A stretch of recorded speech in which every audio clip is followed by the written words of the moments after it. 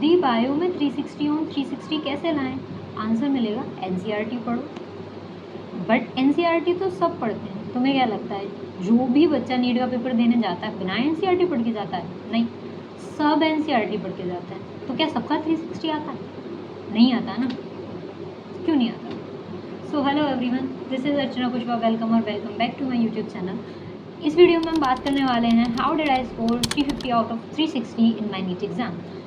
क्योंकि एनसीईआरटी पढ़ने से ही 360 नहीं आता है, बाकी बहुत सारी चीज़ें हैं जो तुम्हें ध्यान रखना पड़ेगा एनसीईआरटी पढ़ते टाइम, एनसीईआरटी पढ़ने से पहले और एनसीईआरटी पढ़ने के बाद। तो वो क्या चीज़ें हैं, चलो उनके बारे में बात करते हैं। पहली चीज़ जो एनसीईआरटी पहले पढ़ने से पहले तुम्हें करनी है, तुम्हें क्या करना है, लेक्चर देखना है। ठीक है, देखो अगर एक प्रो टिप मैं तुम्हें दे रही हूँ, अगर तुमने अपने प्रीवियस एग्जाम में 300 प्लस स्कोर कर रखा है, ठीक है, then don't go for detail lectures. ठीक है, गो फॉर वन शॉट्स। तुम्हें डिटेल लेक्चर्स देखने की नीड नहीं है, समझो बात को। 300 नंबर इतनी आसानी से नहीं आता है। बट हाँ, 300 से 360 तक जाने में जो कमर तोड़ मेहनत करनी पड़ती है ना, वो मैं ही जानती हूँ। मतलब मुझे पता है, मेरे मॉक टेस्ट में 320 330 जब आते थे ना, मैं सोचती हूँ, मुझे ना एक कीड़ा था कि यार 360 आउट ऑफ 360 लेके आना। 2 क्वेश्चन गलत हो गए सिली मिस्टेक की वजह से, वो मुझे बहुत दिक्कत होती है। मतलब मैं सोचती हूँ ना, कहती यार वो भी सही, मैं कर सकती थी अगर थोड़ा सा वो करती। और ठीक है चलो कोई बात नहीं, बट तुम्हें 360 आउट ऑफ 360 लेके आना है। क्यों? क्योंकि तुम्हें मैं बता रही हूँ सारी चीज़ें जो तुम्हें गलतियाँ नहीं करनी है। तो देखो, पहले तो अगर तुमने 300 प्लस स्कोर करा है, डिटेल तुम नहीं देखोगे, तुम वन शॉट के जाओगे, पीडब्ल्यू वाले वन शॉट जो 7-8 घंटे में एक लेक्चर किया होता है, वो 2-2 घंटे करके तुम देखोगे। अब तुम बात को समझो कि जैसे अगर तुम डिटेल वाले लेक्चर्स देखोगे, तुम्हारे पास 12 लेक्चर्स हैं, 2 घंटे में एक खत्म होगा, तुम्हें 12 दिन लग जाएंगे करने में। जहाँ तुम 8 घंटे का एक वन शॉट देखोगे, तुम 2 घंटे पर डे देखोगे, तुम्हारे 4 दिन में खत्म होगा। ठीक है, तो 12 दिन में से 4 दिन तुम हटा दोगे लेक्चर देने में, तुम्हारे पास 8 दिन बच रहे हैं। अब 8 दिन में तुम रिवाइज कर सकते हो, टेस्ट दे सकते हो, क्वेश्चन प्रैक्टिस कर सकते हो, पता नहीं क्या क्या कर सकते हो। और अपना वो जो टाइम बचा उसको फिजिक्स और केमिस्ट्री में लगा सकते हो। अपना एक्सपीरियंस बता रही हूँ, कभी मैंने डिटेल लेक्चर नहीं देखे, वन शॉट देखे हमेशा। बहुत काम आते हैं, बहुत ज़्यादा काम आते हैं। ठीक है, अगर लेकिन जो फर्स्ट वाला अटैम्प्ट होता है ना, जिसमें तुम 12th के साथ दे रहे हो या फिर तुम 11th में से प्रिपेयर कर रहे हो, मैंने 11th में से प्रिपेयर नहीं किया था इस वजह से, तो तुम्हें डिटेल ही देखना बेटा।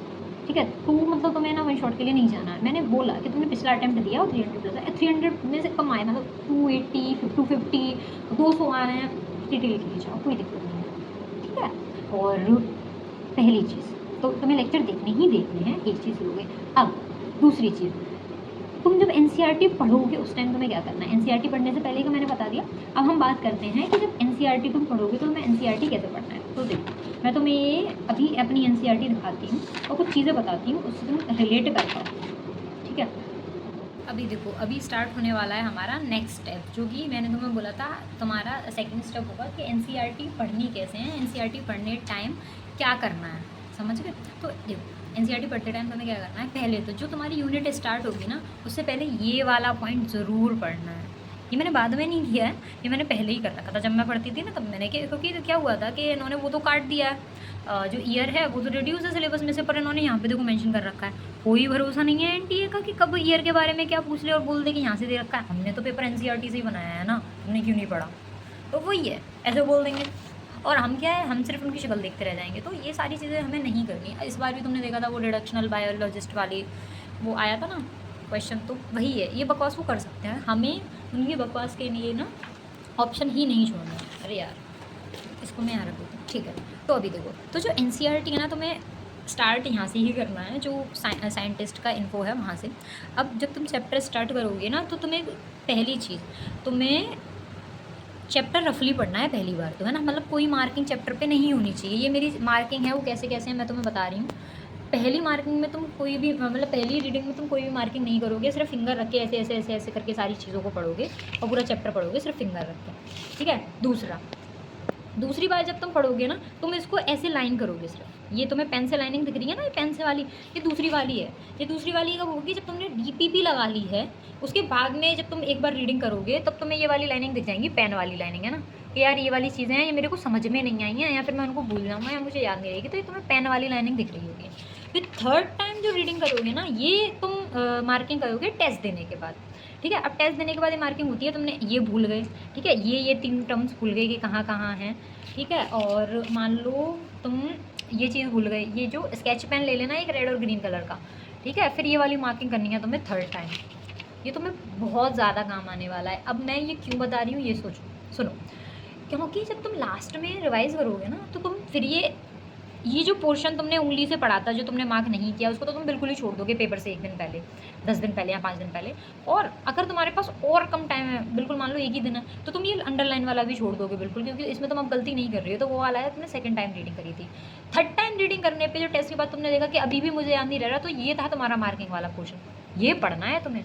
तुमने जैसे देखा, तुम्हें ना यहाँ पे ये दिख रहा होगा, यहाँ पे सब में अंडरलाइन हो रही है उससे, स्केच से। ये क्यों? क्योंकि मैं इनको बार बार पे ही भूलती थी, तो मैंने स्केच से ही मार्क कर रखे थे, क्योंकि मुझे पता है ये क्या है मेरा, ये मेरा LTR है, ये लास्ट टाइम रिवीजन है जो मैं बनाती जा रही हूँ अपने लिए पहले से। जब मैं चैप्टर पढ़ रही हूँ तभी बना रही हूँ। फिर तुम लास्ट में ना वीडियोस देखते फिरोगे कि यार ये LTR क्या होता है, सॉरी क्या होता है नहीं है, क्या क्या होता है, ठीक है, LTR में हम क्या क्या पढ़ते हैं। तो ये तुम खुद बनाओगे कि तुम्हें लास्ट में क्या क्या पढ़ना है। मान लो ये वाली वैल्यू मैं बार बार पे भूलती थी, ठीक है, ये वाली वैल्यू मैं बार बार पे भूलती थी, सब पेन से मार के अलग, स्केच से मार के अलग। तो ये तुम्हें चीज़ें करनी हैं पढ़ते टाइम, ठीक है। स्टिकी नोट्स लगाना बिल्कुल मत भूलना, जो क्वेश्चन तुम्हें नहीं आ रहे हैं उनको स्टिकी नोट्स बना के लगा लो, ठीक है, ताकि तुम ना बार बार पेन में गलती ना करो, उनको सॉल्व करते रहो, ठीक है। ज़रूरी नहीं है कि तुम स्टिकी नोट्स पे वही लिखो, सिर्फ थ्योरी क्वेश्चन लिखो ना जो गलती हो रही है, कोई दिक्कत नहीं है।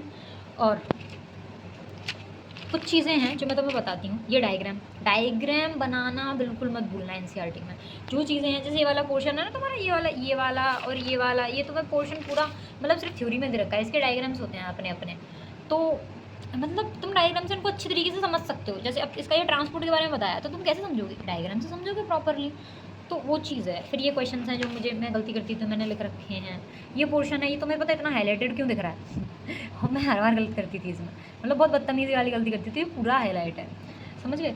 तो वो चीज़ है, ऐसे तुम्हें ये करना है। ऐसे ही मैंने सारे चैप्टर्स में कर रखा है। देखो तुम्हें दिख रहा होगा, बहुत सारा पोर्शन है जो नॉन हाईलाइटेड है, वो मैंने पहली बार में पढ़ा, मुझे समझ में आ गया, मैंने नहीं किया। दूसरी बार में तो मैं अंडरलाइन वाला दिख रहा होगा, जो मुझे लगा कि पहली बार में लगा कि मुझे इंपॉर्टेंट है तो कर लेना चाहिए। 3rd टाइम में मुझे इंपॉर्टेंट नहीं लगा वो, तो फिर मैं 3rd टाइम में सिर्फ स्केच से या फिर तुम्हारे हाईलाइटर से वो चीज़ें हो रही हैं। यही हैं, यही बातें हैं, ऐसे ही पढ़ते हैं NCERT। और कोई वो नहीं है, कोई बोलता है ना मिस्ट्री नहीं है इसके पीछे। बट हाँ, बच्चा नहीं करता है उसको, तो फिर उनको दिक्कत होती है NCERT पढ़ने में। तो ये चीज़ है। होप तुम लोगों को ना क्लियर हो गया होगा कि NCERT तुम्हें कैसे पढ़नी है, ठीक है। फिर भी कोई दिक्कत हो कमेंट में पूछ लेना, मैं तुम्हें बता दूँगी।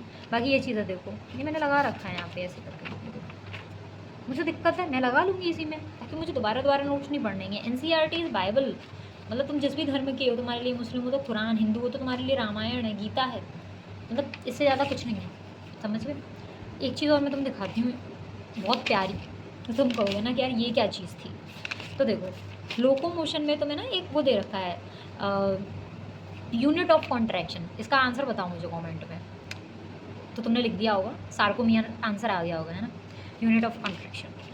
अब लेकिन एक क्वेश्चन आता है जो तुम्हारा आएगा यहाँ से कहाँ से, यहाँ से।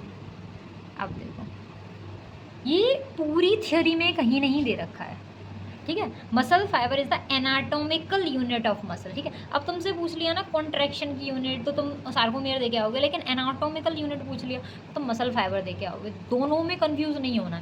ये लाइन आ गई ना तो वही अगेन आधे से ज़्यादा दुनिया बोलेगी आउट ऑफ NCERT है, बट वही बेटा आउट ऑफ NCERT नहीं है। ये तुम्हें कुछ के वर्ड्स निकालने पड़ेंगे, समरी पढ़नी पड़ेगी, इंट्रो पढ़ना पड़ेगा, साइंटिस्ट का सब कुछ पढ़ना पड़ेगा, ठीक है। मैं तो कहती हूँ ये एक्सरसाइज वगैरह भी मैंने सॉल्व नहीं करी थी, बट अभी ऐसा ट्रेंड है ना NTA का, तुम इनको भी सॉल्व कर लो, हो सकता है यहाँ से भी क्वेश्चन पूछ लें।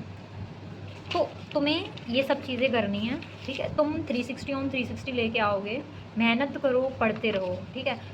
यही चीज़ है। ये तुम देखो, यहाँ से गलतियाँ बहुत होती थी, तुम्हें देख के पता चल रहा होगा, यहाँ से नहीं होती थी तो तुम्हें देख के पता चल रहा होगा। तो बस इतना ही है, ठीक है। अभी हम बात करते हैं नेक्स्ट 3rd स्टेप के लिए। तो देखो, अब देखो नेक्स्ट चीज़, अब हम बात करते हैं NCERT पढ़ने के बाद तुम्हें क्या करना है। तो NCERT पढ़ने के बाद तुम्हें DPP सॉल्व करनी है। और जो NCERT तुम पढ़ रहे हो ना, जितना तुमने लेक्चर देखा उतनी की तुमने NCERT पढ़ी और उस दिन की DPP सॉल्व करी, ठीक है। अब ऐसा तो होगा नहीं कि तुम्हें मतलब एकदम से ही सारा चीज़ें हो जाएंगी, तुम्हें 4 दिन तो लगेंगे ना एक चैप्टर को करने में। 4 दिन बाद तुम्हें क्या करना है, एनसीईआरटी तुमने पढ़ ली, लेक्चर देख लिया, सब कुछ खत्म कर लिया, सारी डीपीपी लगा ली।